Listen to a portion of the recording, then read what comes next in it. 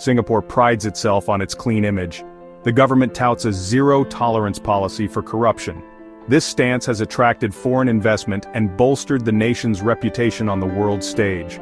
The Corrupt Practices Investigation Bureau, or CPIB, is tasked with upholding this standard, diligently pursuing cases of bribery and misconduct. But does this commitment to integrity apply equally to all, or is there a different set of rules for those in power? The case of Ho Ching and Temasek Holdings casts a long shadow over Singapore's anti-corruption narrative. As the wife of former Prime Minister Hsien Loong, Ho Ching's tenure as CEO of Temasek, the country's sovereign wealth fund, raises serious concerns about conflicts of interest and preferential treatment.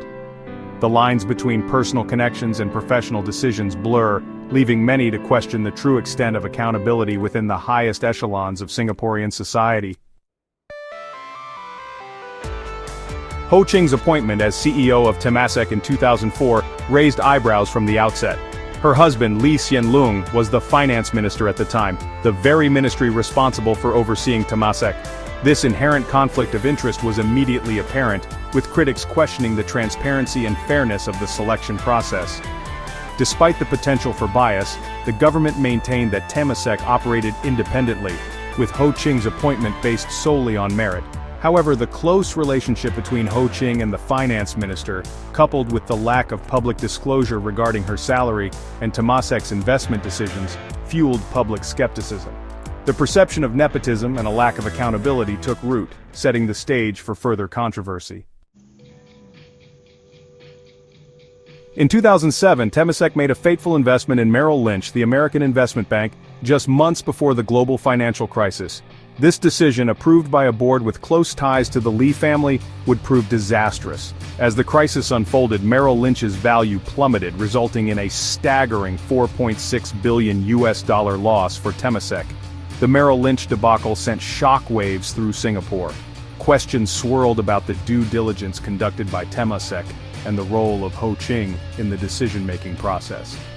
Despite the magnitude of the loss, there was no public inquiry, no resignations, and no apparent consequences for those involved. The lack of accountability stood in stark contrast to the government's proclaimed commitment to transparency and integrity. The handling of the Merrill Lynch loss exposed a glaring double standard in Singapore's approach to accountability. Had a private fund manager overseen such a colossal loss, they would likely face severe repercussions, including license revocation, lawsuits, and even criminal charges. Yet, Ho Ching and the Temasek board remained untouched. This disparity highlights the selective enforcement of rules and regulations in Singapore. While ordinary citizens and businesses are held to stringent standards, those in positions of power seem to operate under a different set of rules. This two-tiered system erodes public trust and undermines the very foundations of a fair and just society. Section 5. The Shroud of Secrecy. Temasek's lack of transparency. Adding to the controversy surrounding Temasek was the lack of transparency surrounding its operations. Ho Ching's salary, for instance, remained a closely guarded secret for years. It was only after sustained public pressure that Temasek finally disclosed her remuneration, revealing a figure that drew further criticism. This culture of secrecy extended to Temasek's investment decisions and overall financial performance. While the fund claimed to be accountable to the government, the lack of public information made it impossible to scrutinize its activities effectively. This lack of transparency fueled suspicions of cronyism and raised concerns about the potential misuse of public funds.